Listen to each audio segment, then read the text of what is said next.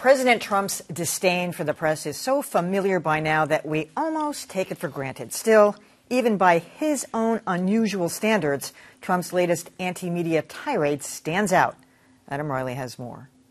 NBC News touted it as a major scoop. This summer, Donald Trump proposed a tenfold increase in the U.S. nuclear arsenal. As many as during the Cold War era, rattling some of his own top advisors. Trump responded the way he often does, taking to Twitter to call the story pure fiction. But then he added, with all of the fake news coming out of NBC and the networks, at what point is it appropriate to challenge their license? Bad for country. Later, he was still steaming. And it's frankly disgusting the way the press is able to write whatever they want to write. And people should look into it. Of course, there is that pesky Constitution. I have looked into it, and you might want to start looking into it too, Mr. President. Also, the FCC doesn't actually license the networks.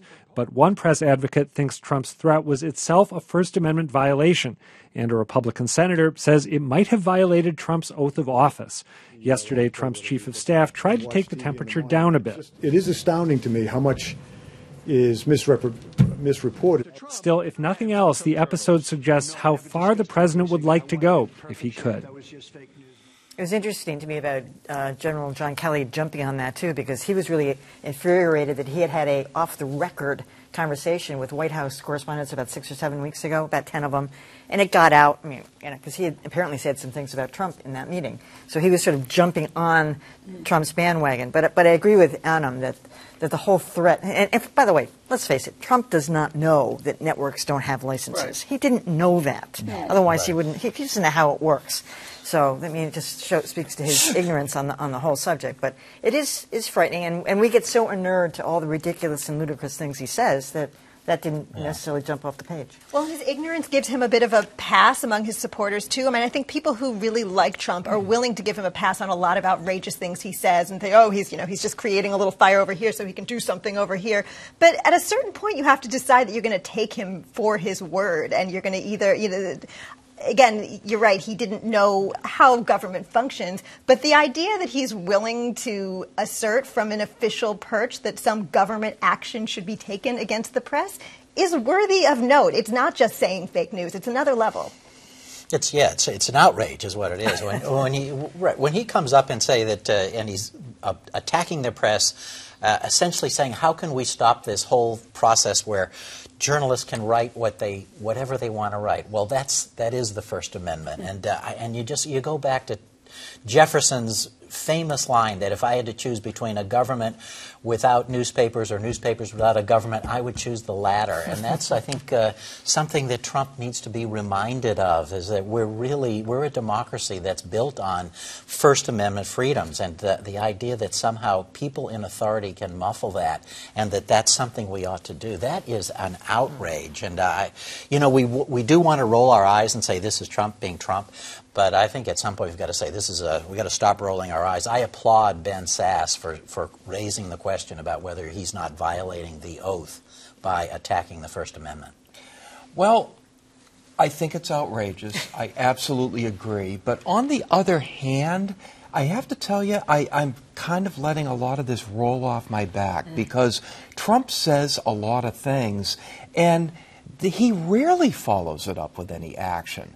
I mean, he's talked about a war on leakers that would make what President Obama did look like small potatoes. But in fact, he hasn't followed it up, and President Obama still stands as somebody who did more about leaking than Trump did.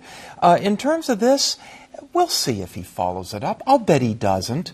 But it's notable. I believe that there's a unified Richard Nixon theory to everything. Mm-hmm. Nixon did this when the Washington Post was coming after him years ago.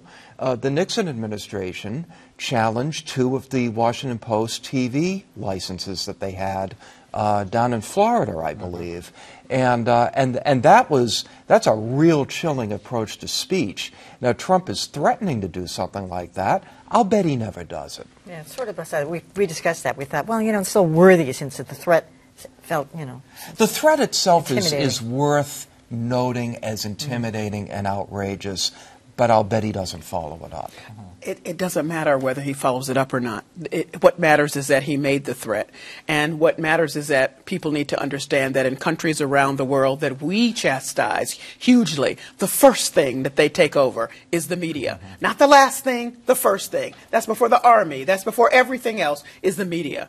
I wish people would read Professor Timothy Snyder's book on tyranny, 20 lessons from the 20th century. One of them is accepting as normal things that are outrageous. You have to keep saying it's outrageous. You have to keep pointing out to people this is not the Constitution, because even if he never does anything, it seems like, well, that's just something he says. We can't afford that as a democracy. But this is what he's done kind of brilliantly, is make everything he says so outrageous that people do. It's hard to separate what's the actionable outrageous or the concern outrageous versus I'm putting on a show because that's what I know how to do.